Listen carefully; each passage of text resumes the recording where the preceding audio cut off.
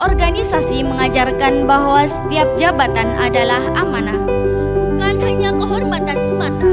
Amanah tersebut menuntut kesungguhan, Loyalitas, dan komitmen untuk melayani. dan bukan untuk dilayani.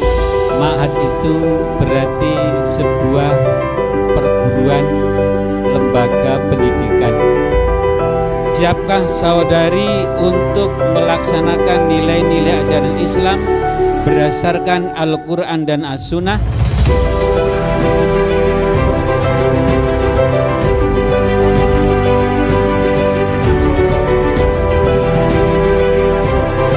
Maka di dalam pendidikan, di dalamnya ada ilmu. Al-ilmu nurun.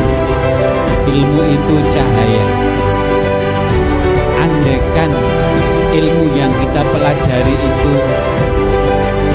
bercahaya, nampak cahayanya, maka kelas-kelas ini penuh dengan cahaya.